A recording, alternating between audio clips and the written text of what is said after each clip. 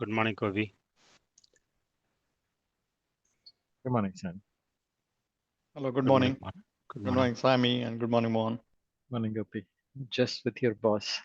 Just finishing up with him. Oh, I see. Okay. All right.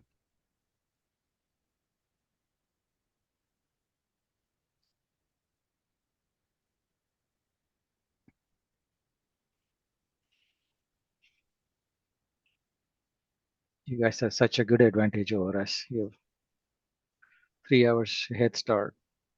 Right. It's kind of, yeah, that's true.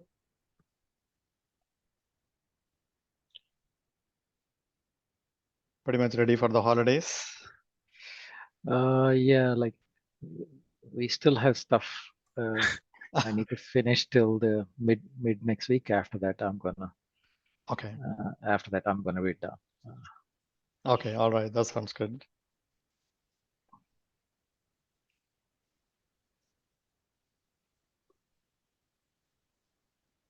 Is it pretty cold in Portland area, or is No, all it's right? looking. I'm looking at your weather, and it looks like it's about the same as ours. Oh, okay. Yeah, Okay. Uh-huh. probably warmer than we are right now. Oh, okay. Good, good, But not by much. Not by much. It's about the Not- same. Right. Yeah. Okay. Yeah, it's get cold in the morning. After that, it kind of, it is always sunny. That's the good thing about it. Oh, okay. Well, that's not true of Northwest in general. Northwest. Right. That's true. That's true. Yeah. You see the sun, when I look out the window, I see the sunrise and I see the sunset. It's just kind of a good, Nice. so location. I should look it up. What is the latitude of? I don't remember, yeah. Oh, yeah. You're further south. That's why. Yeah. Mm-hmm. So Portland is 46th parallel. It looks 46 like, parallel. yeah, it looks like you're 38th parallel. 38th parallel. Okay.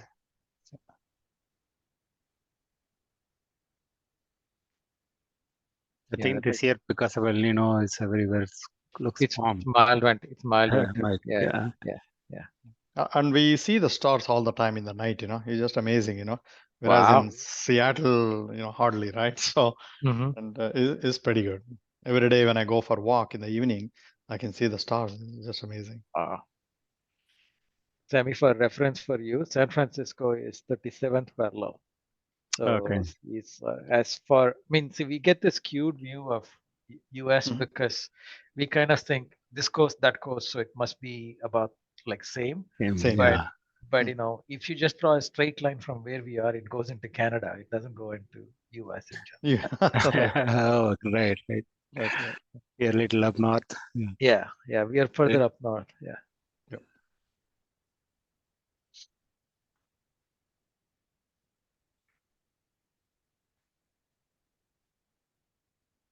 Give any opens today? No, honestly, I didn't even know other than reviewing the white paper, Sammy, what you had, what else you had. I think that's the main topic. I'm trying to see is anything coming up, any latest things that we should consider today. Yeah. I was hoping. Yeah. Sorry, go ahead. Yeah, I was hoping to get it released on Monday, but yeah, I think there's a lot more work need to be done to kind of make it better. So just send you guys the draft today morning. Okay. Yeah. And thank you, Mohan, for helping into here. No problem, Sammy. I was hoping a few others might join, but yes, I think probably spend the time to go through what we have and what changes we need to make. Sure. When do you plan to kind of, in the sense, publish or in a, limited circle? Because I may not have time to review, so I'll try, but because I'll be out starting, this week, so that's the reason. We like to get it out either next week or at least by a week before the end of the year. Okay. And I think the content, like what we said in our OCP, right? We are trying to capture what we presented in a form where people can look a little more data and further review and comment. Okay. Today let's just go through the high level, at least give the context, right? So we can use this time to review the content. And again, I'm looking for feedback. Let's probably use this working meeting today to review this, right? Yeah, sounds good. So let me share the screen.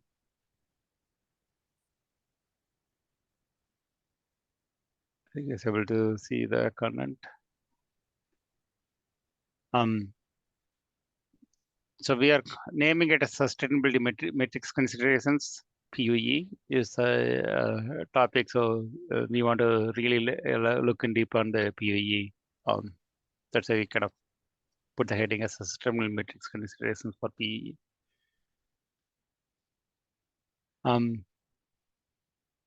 At a high level, my basic question is: do we need to have abstract and intro, or just intro is good enough? Are you sharing anything? I don't say anything.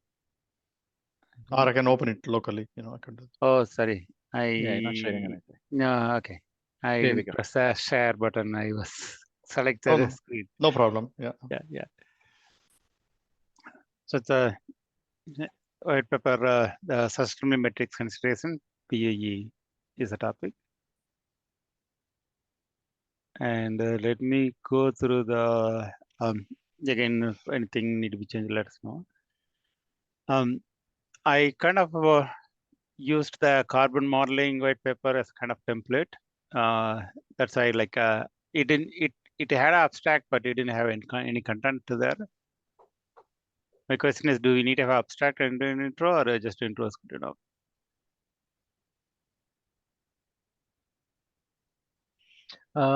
Abstract is I would do an abstract. I think abstract is pretty because that's what you'll get posted on the document thing Okay. and the OCP side. So you should do an abstract. The intro, you can just say like a one-liner. This is about whatever. You don't have to make a huge intro. Okay. Then I think once we go the content, right, we can probably flip the intro. What I have a little larger section. Exactly. Yeah. Okay. And we want to define the PUE, what it is, and some definitions for the PUE. And we want to go into what is partial PUE, how is PUE is measured, and how the power is considered, and cooling is data center cooling is considered, and the IT workloads are considered. And also we want to touch on some of the geo and water impact for the PUE.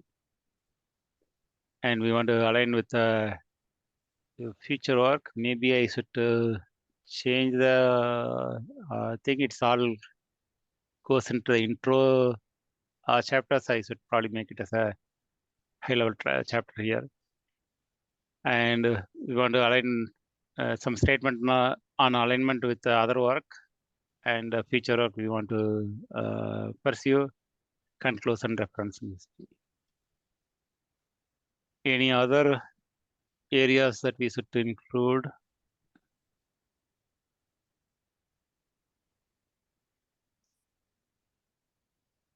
Anything on top of your mind? Again, we'll come back here again. I'm going through. Yeah. Okay. So, like I said, right, abstract, I didn't put anything. So, as an intro, what we are trying to say is, let me make a little bit so it's easy to see.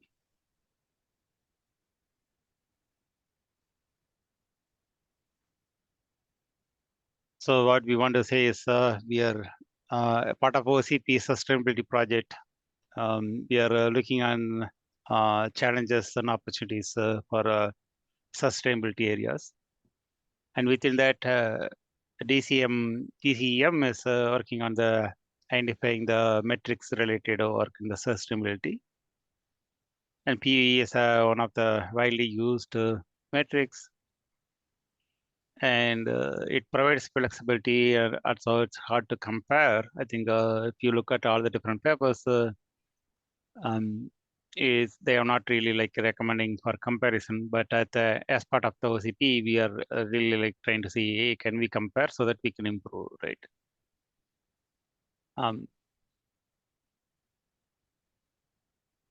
Sorry, let me.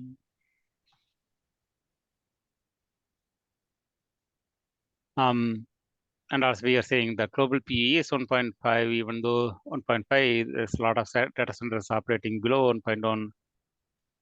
And just by looking at PE itself, it's hard to recommend what need to be changed for improvement. We want to really define some comprehensive metrics so that we can able to compare across data centers for identifying improvements. Any questions, comment here?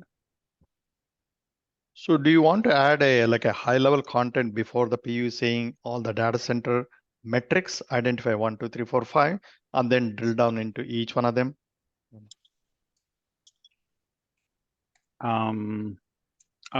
You mean outside the PUE?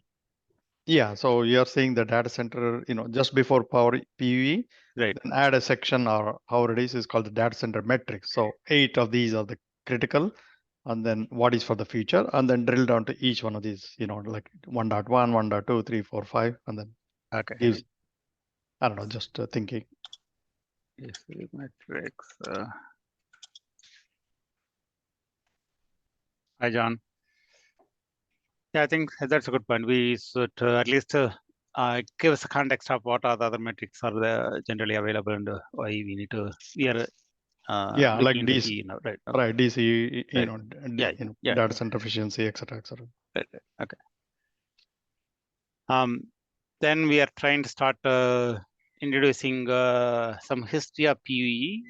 It was originally defined in a green gate, and later there are a lot of organizations joined together to review and enhance and promote, right?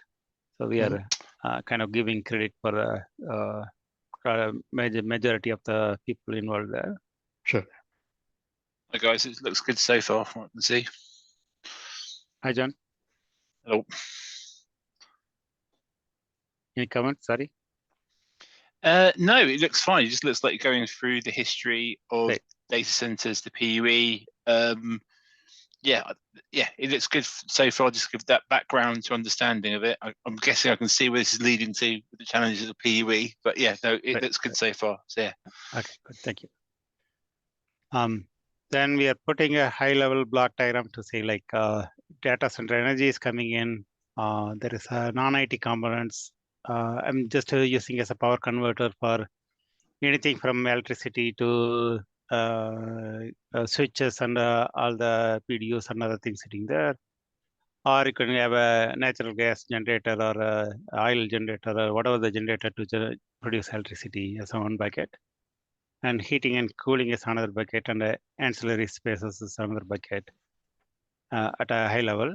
Then which basically gives IT energy, and that's where the IT equipments are getting energy from.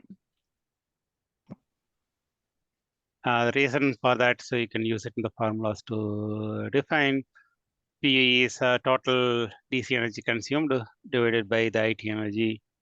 Another way of looking at it is 1 plus non-IT energy divided by the IT energy consumption. Quick question. Okay. As part of this, are you defining the differences between what would be a co-location to a hyperscaler or an MSP data center sites, because they have slightly different views on their sustainability? I can see what you're doing makes total sense, but there's a slight difference of how they view their scope 1, 2, and 3 across those, depending on who owns the IT load. If it's a co-location, for example, it's not as black and white. Yeah, I think I'm pointing to the other work was done. If you look at the joint work done by governments and other bodies, right? They categorize as category 0, 1, 2, 3, right? Instead of I do have some definitions telling co-location, other things are possible. Okay, cool. But as even if you look at the metrics, right? If it is co-located, they are putting that is outside this DC boundary, right? For calculation purposes. No, it's fine. That's cool. No, sorry, I just wanted to ask the question because I was just looking at that. It turned up in a meeting I had earlier this week. So yeah, interesting. Okay. Sorry. Thanks, Sammy. Then we want to look at efficiency. It's basically 1 by PUE by 100.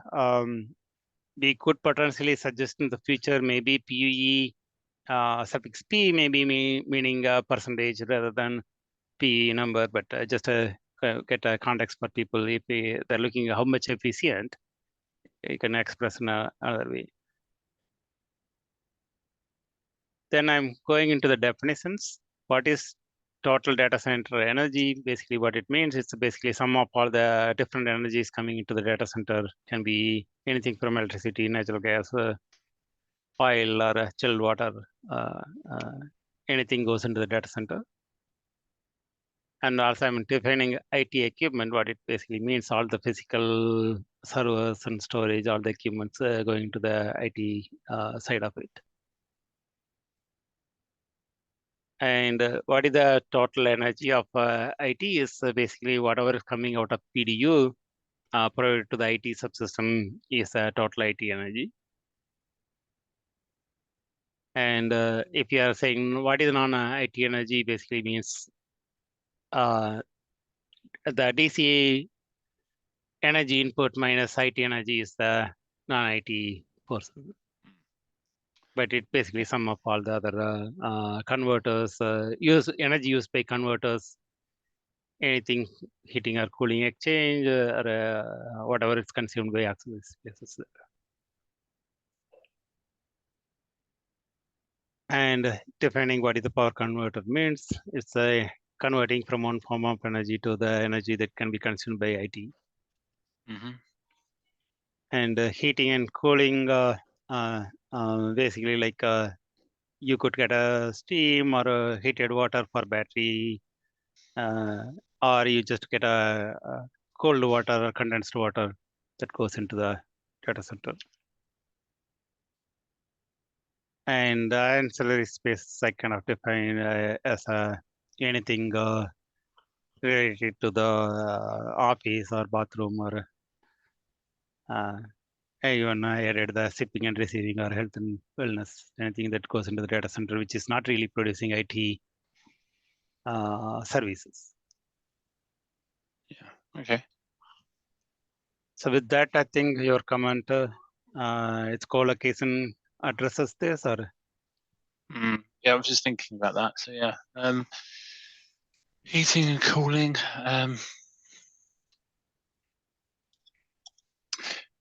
Is there a reason why you're keeping the language quite at heating and cooling rather than referring it to the MEP infrastructure or the sort of like overall infrastructure?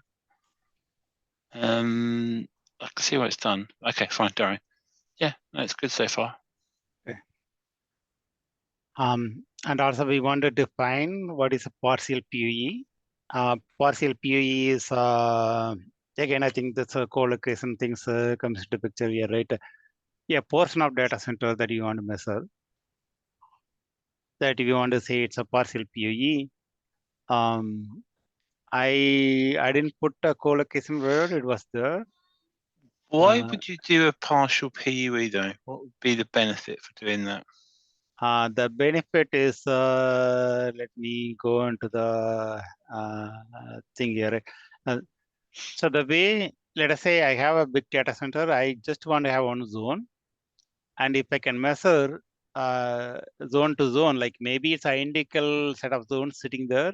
One is operating low and another one operating high. You can able to find the inefficiencies there, right? If it's got a separate infrastructure, it makes sense. I can see why you're doing a partial PUE. But if it's all the same, and this is breaking it down from what I see here, almost like to a data hall or to like the vault, depending on what you're referring it to, per room, which might have slightly different infrastructure. I can sort of get it, but I'm struggling as to why they would do that because it's still the same overall MEP for what's being utilized in the back, unless it's not. So I'm confused as to why they would look to do that, unless they're trying to break down to reduce their I'm saying it is more, I believe, let me see where I put the wording. It is more for internal to their data center measurement to compare within the data center, but you may not be publishing outside. And No, I think essentially, I think there are two views of the data center, right? One is one monolithic entity that's owned by a single person, right? Like you think of the CSP data centers, it makes no sense to split it out because it's all you, right? Whereas if it's a colo data center, I can see that, right? One hall has got a different PV from the other because some people just over provision their cooling. But would they so? I get what you're saying there, but I'm just thinking it through from a bigger perspective. So I'm happy to be proven completely wrong on this one as well. So I'm not saying what I'm saying is right at all. But the overall design and the infrastructure of the site and the external plant facilities would all probably be matching. So this would either be a very expensive or hugely expensive site that you'd be looking to do that for, to do a partial PUE. So I'm still struggling to understand why we would have a split between one vault to another room. I mean, even if you've got high density cooling in there and the racks are slightly different when you've got immersion, etc., the overall back-end infrastructure coming into it would still be the same. If anything, it would bring down the total site. So again, I'm sort of struggling to understand why a partial PUE would be of benefit. Again, I'm happy to be completely shot out the water and completely proven wrong. I'm just asking a question. So I was like, don't know. Yeah. So I think the way we are looking is you could say, I think I have a something wrong here. I should say P here. You can think of, right, if I have a partial PUE, you can combine them and say it's a PUE. So let me use the example that they use in the paper. I'm going to put a link to it, John, for you to look at later as well. So the example they use is, let's say your data center is a modular data center where there's a bunch of containers that are making it up. So now it's a fair question to ask, what's the PUE of a given container, because it's got cooling and power coming in, and all there's conversion, right? So and sure, there is an overall data center because there's an incoming transformer and there is a loss there. But if you just say, okay, this container, what is its PUE, and the way you report that is through partial PUE. Yeah, another typical example which happens within the DoD space without kind of telling who the customer is, they have various segmented sections. They want to know what it is. Cooling technologies are different for each one of these, and the usages are different, and the load levels are different. If they want to know what is for every zone in a way in this picture, they want to know. So that will probably help in giving the breakdown in a way. So that will be useful for them. Yeah, As soon as you said modular, I was like, okay, I get where you're coming from. I completely understand that. So if you take that example, that makes a lot of sense. For the modular data center sites, the edge sites, I completely get that. That for me, I think, but I'd almost think we need to probably put that in as a slight clarification. So if people do ask, why would you do that? Or I can see other data centers almost looking to abuse that as well. so I was just wanted to it would be good to put that sort of definition in there, where we see this being defined, exactly, and for that specific user case type reason, because otherwise, I can see some unscrupulous people using this to their advantage. So yes, precisely. But to steal Sammy's thunder a little bit here, that's the whole point of this thing, is to say that, hey, you come in and say PUE when you really mean partial PUE, so you look good, but it's not accurate, and that's what we're trying to tease out here overall. To get people to report actually what it is that they measured and what the scope is, as opposed to exactly the gaming that goes on today. Again, another vendor who will also go unnamed. They told us that their management calls in and says, "Hey, we are measuring PUE," and then that's a cue for you in IT to crank up your load. So now your PUE looks good because you measured it under high load. So your numerator went up, so numbers look good. But that's not how you typically operate. Yeah. Yeah.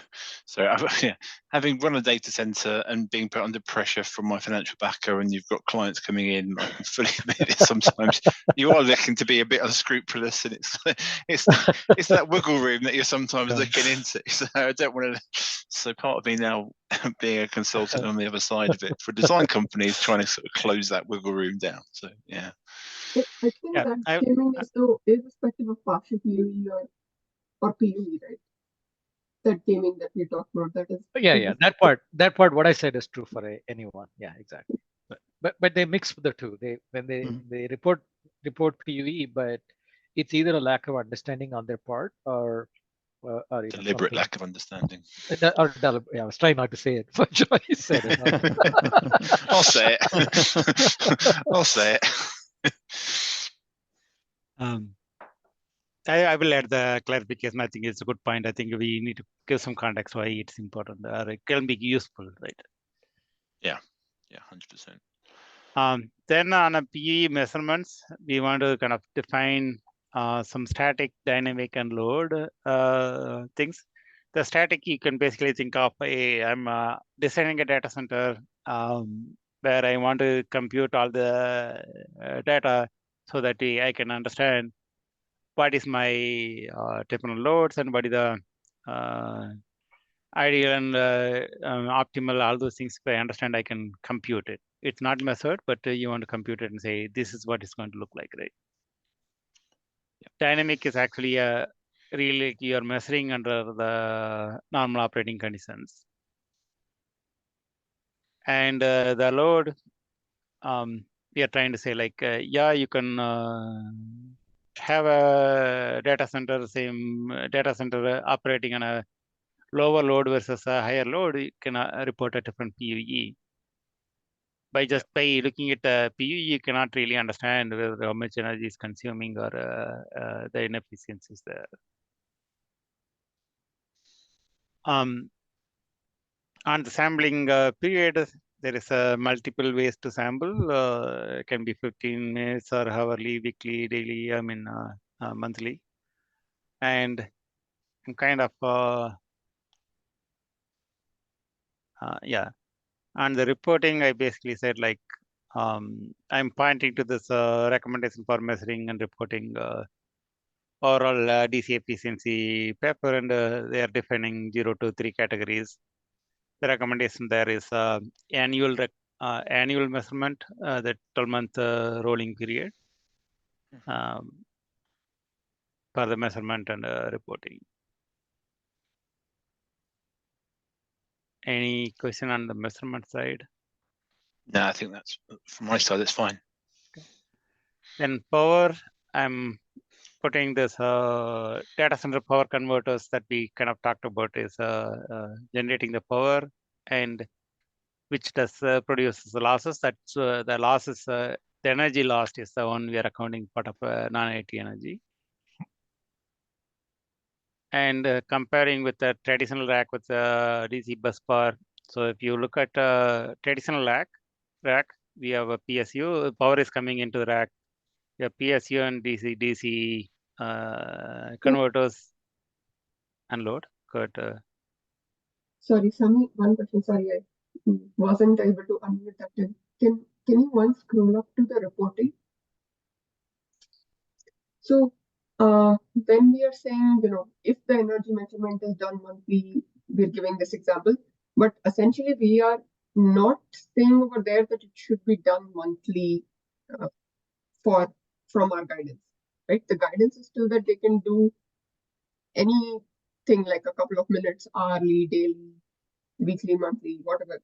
Yeah, I agree with you. The wording, I need to make it little. Fix the wording here. Yeah, it doesn't matter how you measure it. Its reporting need to be annual basis. Correct? Okay.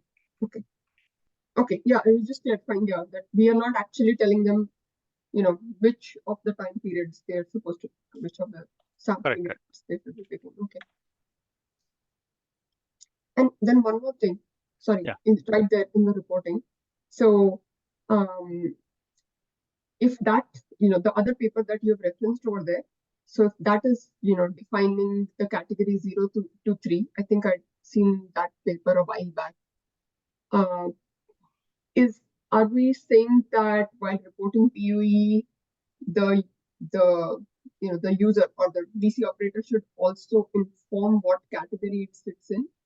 Like, what is the purpose of saying that this paper is defining category 0 to 3? Yeah, I think what I'm trying to point is what is the currently recommended reporting mechanism, and that clearly says that category need to be reported as part of the reporting. Otherwise, you don't know what you have done. And in fact, the paper says if you report it, then at least you can compare what you're doing right. Okay, so then we are saying that as per the category 0 to 3 defined in this paper, our guidance is that category be specified. Correct. Right. Okay. Can we clarify that also, because I think here it just tells me that this paper defined category 3. It's not telling me that I need to report that. Right. Okay. I will do that. Yeah. Thank you.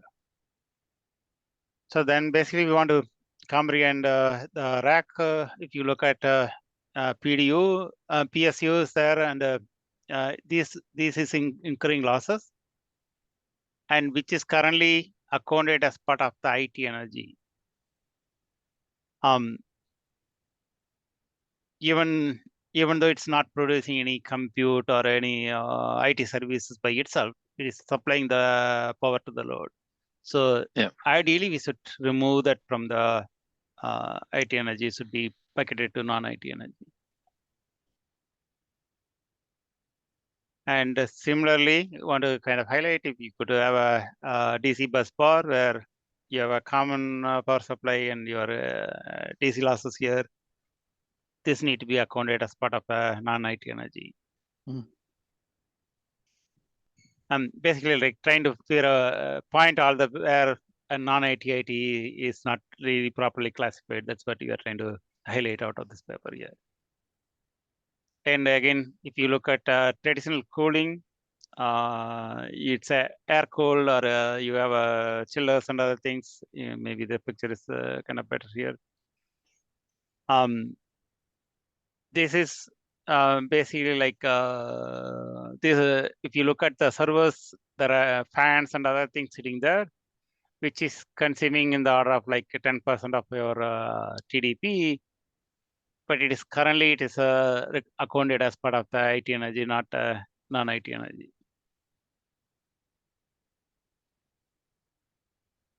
And similarly for the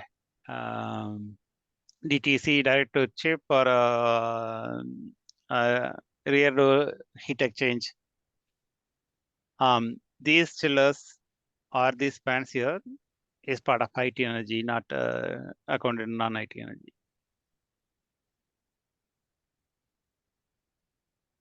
And again, if you look at the immersion cooling, what we are saying is all the CDU or whatever these two areas are in IT energy. Only this is outside the facility. Water cooling is in the non-IT energy. So the bucketing is not really comprehending the IT and non-IT classifications there.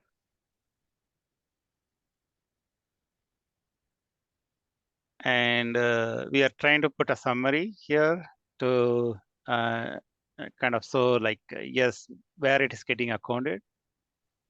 Whether you have fans, if you are having fans, you could have a loss of about 10%, or you can go to 5% in case of TTC used. When you have tanks, you are not really like within that loss there. But still getting accounted as part of IT. Maybe I don't know whether we just add one more column here where it is reported. Any comments on the cooling side? I think the only thing I forgot to tell you yesterday, Sammy, is that on the last column, we should say estimate so people don't get bent out of shape. Yeah, that's a good idea. Yeah, definitely.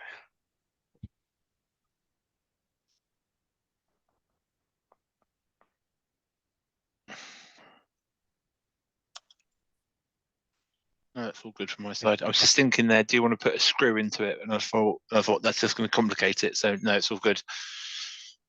Maybe putting a range may be a good thing, safer. No, I think if you say this is the number and this is the this is an estimate, then they can say how'd you come up with the estimate, but they can. If you put a, it'll be the same difference if you put a range also, right, Gopi? Yeah, sure. Yeah. Sounds good. Yeah, I will add a clarify it, make sure that it's not a real numbers generally. Yeah. Yeah, that's good. Yeah, it encapsulates. Then kind of looking at the IT load considerations, what we want to really kind of dive into here, this part is, and if you look at the server load and how much power is consumed, but to highlight this part, like until active idle, there is power is getting consumed, but there is no real IT services produced when you're in active idle. And even this is not a kind of linear graph, it can be non-linear. Currently, this active idle is considered as part of the IT energy. But since no work is produced, we want to recommend that it's not IT energy. And that's, I think I'm trying to kind of put some wording here to clarify that. Okay. We also kind of saying maybe we need to have a mechanism with reporting the load factor as part of PUE or some way to report it. Another one is geo impact, because your outside air temperature and humidity or inlet water temperatures plays a role on your PUE. If you have an identical data center, maybe running the same workload in a different locations, even Ireland versus Singapore may give a different PUE because you have different variances in the temperatures, right? And another one is water impact, where if you are looking at the inlet water, right? How are you going to use the water? How are you going to circulate? And what are you doing with the water after you circulate the water, right? Will impact, you could reduce the PUE, but your WEE may also go down, right? Exactly. Yeah. Maybe I put some additional wording here, or yeah, you didn't explain it very well yet. I think if you say PUE cannot, if it's coming at the expense of WE, you need to know that. So you need to say PUE at WE, right? So you guys, this is all allegedly, right? You guys know what happened with Amsterdam, right? So you don't want that, right? So it's like, yeah, you get great PUE, but apparently used up a lot of water and people got really upset. Yeah.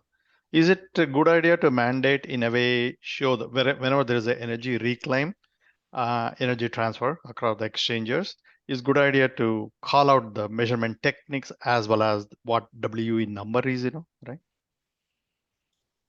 Yeah, exactly. That's what I'm saying. If you put the W number, I think it makes we need to change the way the reporting is done. And that's kind of what Sammy's getting at. And I'm saying we should be explicit and say, you literally should say the number. Yeah, right. Yeah. Yeah, I'm putting a word in Pirali to put a WE at PE will give a useful info. Yeah, PUE at WE. Yeah, good idea.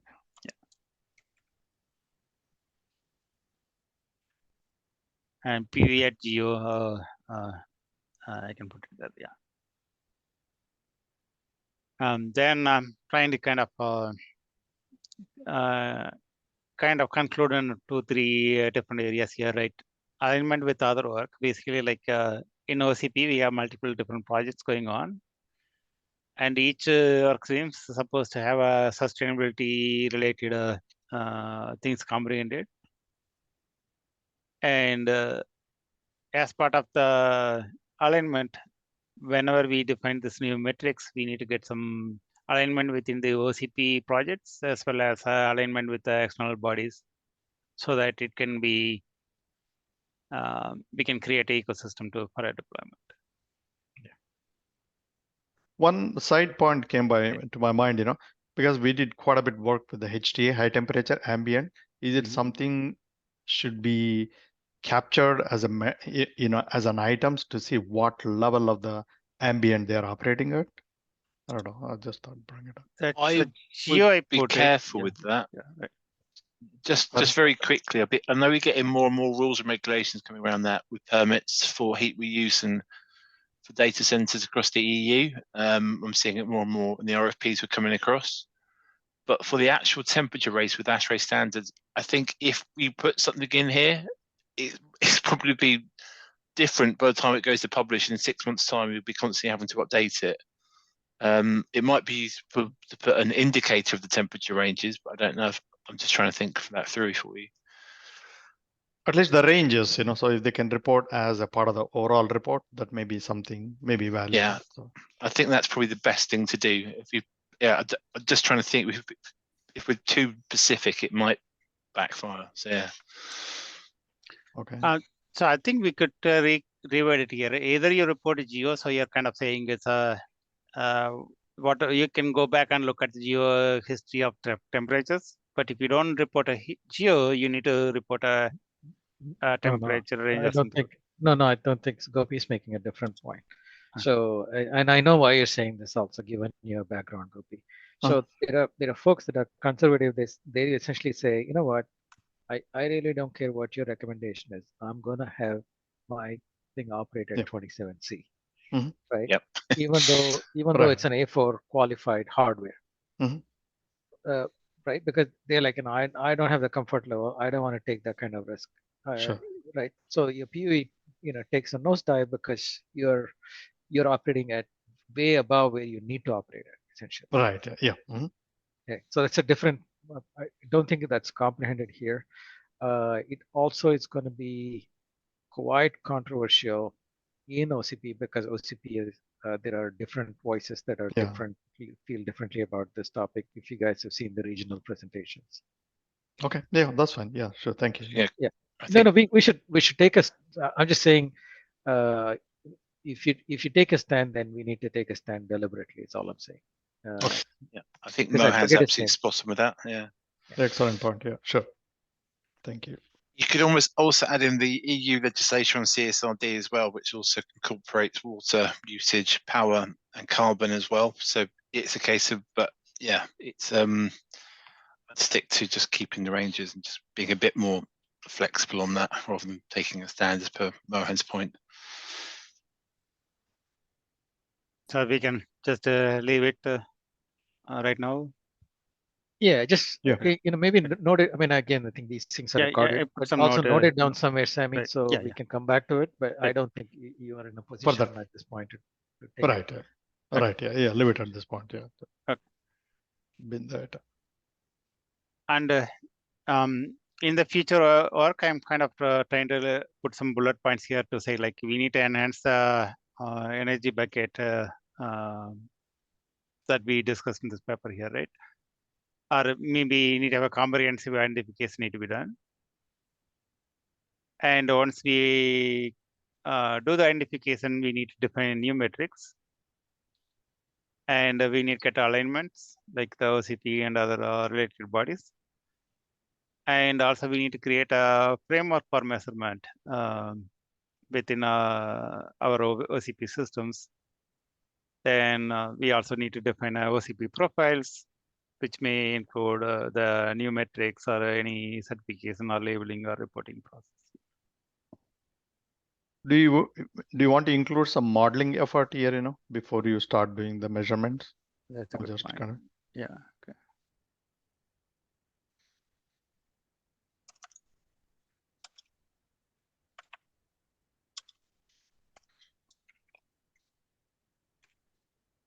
Any other things that we should call out here in the feature work?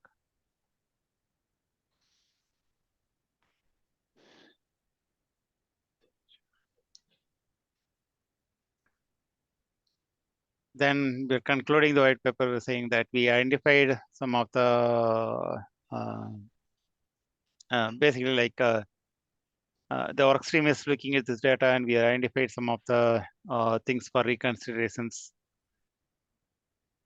And we need to enhance it to make it much more useful.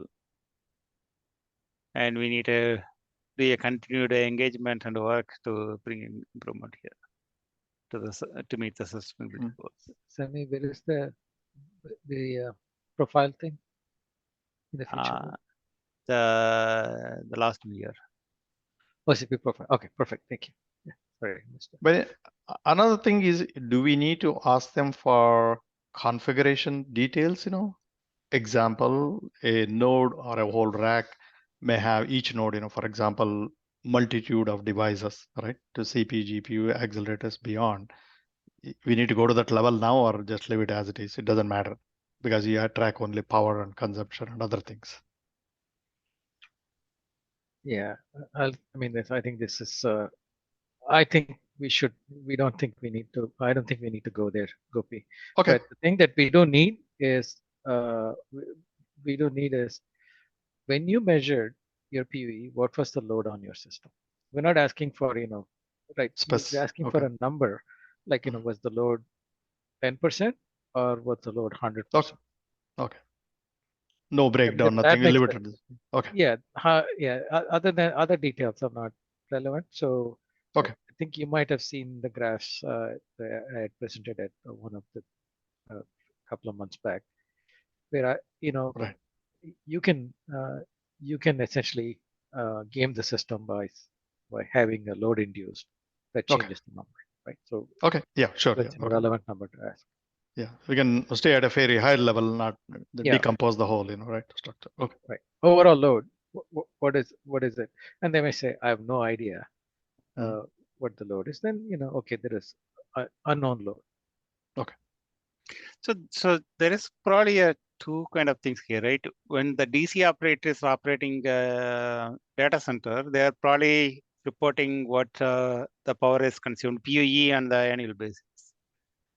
But if I'm selling a product, if I want to report a PUE, then you have a lot of variances, right? That I think we need to say like, this system is going to result in this kind of PUE.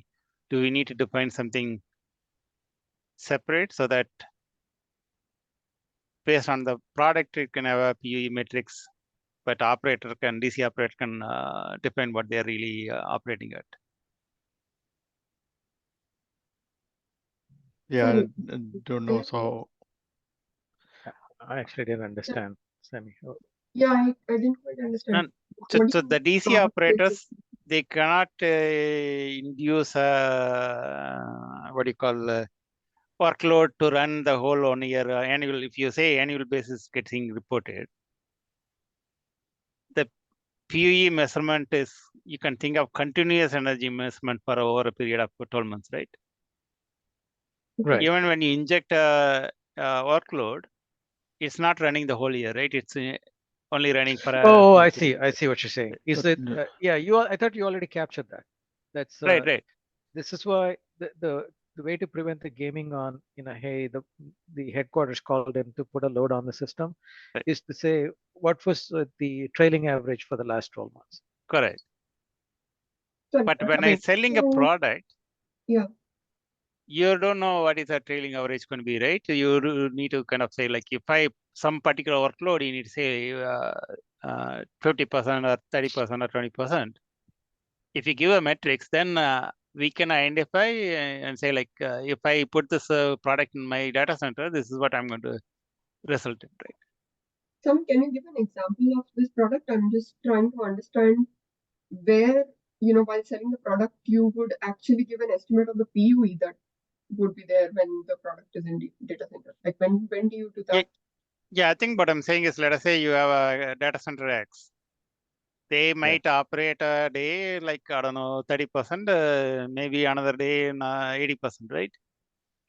Okay. They keep moving depending on what is getting running on the data center, right?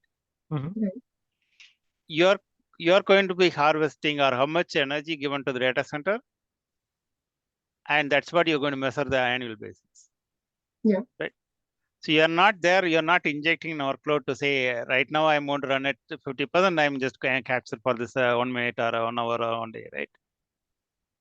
It's a continuous measurement. That's what is getting done, right? Yes. Yeah, it should be a continuous measurement, definitely. Because But I'll give yeah, go ahead. Go ahead. Yeah. Then when if I'm selling a product, I want to say if I want to use my product for let us say 40%, this is the PUE you're going to get. If I'm using same product for at a 80% workload, this is what PUE you're going to get. If you can publish that, you know that the variance is going to be introduced when you introduce that particular product in the data center. Oh, I see. But that's it. So the only product, even though you said products, I mean that only applies to computing elements, right? That's what you mean. Yeah. Computing or network or the things, right? You need to make some assumption. Okay. Yeah, theoretical data center with theoretical whatever the non-IT side of it. Right. So by Then products, do you mean like if it is computing elements, as in if it is a processor, when I'm talking about TDP, I'm also talking about what's the PUE that you'll get in the data center. yeah. Let us say I'm introducing I don't know 100 racks of I don't know some particular processor, right? Mm-hmm. I'm going to run the workload at 30%. It's going to produce a PUE number, right? The same data, then the same 100 racks I'm running in a 60% workload, it's going to give you a different PUE, right? Yes. And I see. what do you You're want to looking say, at Sammy? the What do you want to say, Sammy, though? You want? Now, do we want to have some metrics to say, or in the future work, right? Do we need to have this, even if I have profile, do you want them to publish that kind of numbers so that when the data centers are procuring the product, they can understand how that's going to play? We already have that number. That's the load line. The load line is telling you exactly what's that's going to be. Okay. So maybe its profile will cover depending on the load line. If you say this is what exactly. we're going to do. Okay. Exactly. I mean, yeah, it's not the only thing, but it is the thing that's essentially doing. Okay, then I will leave it right now. And I'm putting a references here. Some of the majority of the documents I referred when you're writing this paper. I should change the revision history here. So any other major feedbacks? What I'm trying to do, I will update this feedback comments and I will send a copy to all of you for a final review. Is it looking good or any major changes need to be done? Yeah, and I wouldn't post it until we have the green grid review, Sammy, right? So all right. You're going to do that right today. Right. So can the new version that you're going to send, can you put it at a common shared location like a Google Drive or something, so that if there are others we are sending this to in order to review, they can directly comment and you will see the comments. Is there any sustainability Google Drive available? So OCP actually just has GitHub. I don't think there is a Google Drive space that is for each of the projects in OCP. Yeah. The carbon space, that's it. I mean, if you're going to put it there, you right. have to But number one, I would check with somebody on the OCP committee like Bijan or Cliff or somebody before you post it, because even though you took most of your information from that US department stuff, we still don't want Green Grid to be bent out of shape. So we should check with them to make sure Okay. we are kosher. Okay. And put, say, a draft for review or something like that. So also, you have some, because it's just Green Grid's IP policy is extraordinarily different from OCP's. So Okay. we need to know what kind of bridge we have between us and we, the OCP, and them before you go off publishing stuff on there that everybody can access. Yeah. Oh, this would not enable everybody to access, right? I'm just saying, put it on Google Drive. You'll basically receive requests to allow whenever somebody is going to. Yeah. And you can allow just those people, so it will not be open. Okay, yeah, that's Yeah. the way it should be. Yeah, exactly. I'm just worried about broadly available even to OCP membership at this point. Yeah, outside of this work do, group. Yeah. Let's not do that. You'll probably get requests from somebody saying want to review and write a access. Yeah. Right. Okay. Yeah, I will do that. Yeah.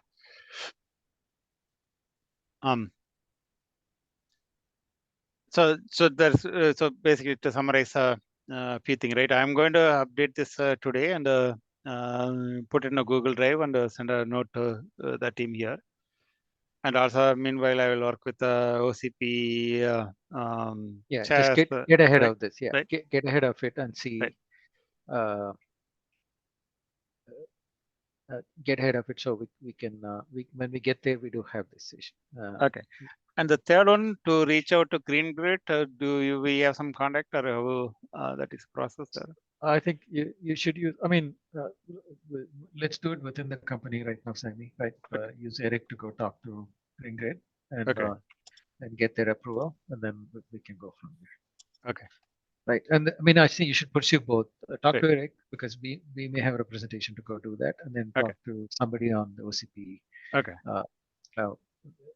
The people that work for OCP, like Bijan or somebody, so they can also chase it. Right. I just don't want us to be in a place where they they send a cease and desist notice to OCP saying, "What the heck? We have put trademarks all over the place and you're using our terms." Right. Yeah. Good idea. Yeah, definitely. Yeah. So then I think I appreciate all of your feedback, and I will send the updated copy. Please review and suggest any wording changes or anything that to improve further. Sure. We will try to get this process reviewed done before end of the year, and we want to release it by end of the year if we get a green light from both the OCP and Green Grid. Yeah, that makes sense. Thank you very much. Thank you, Tim. We want to meet next week, or you want to close it over the mail, or how we want to do it? I won't be here next Friday, so very low chance I can join. Yeah, Sammy, I think 22nd of December. You're not gonna get too many people. I think you should just call it good and start on the 5th. Okay, very good. Then if you're not meeting, let's close our email and happy holidays, Merry Christmas, and Happy New Year to all of you. Wish you the same. Thank you. Thank you so much for doing this. Thank you. Thank you. Thanks, guys. Bye. Bye.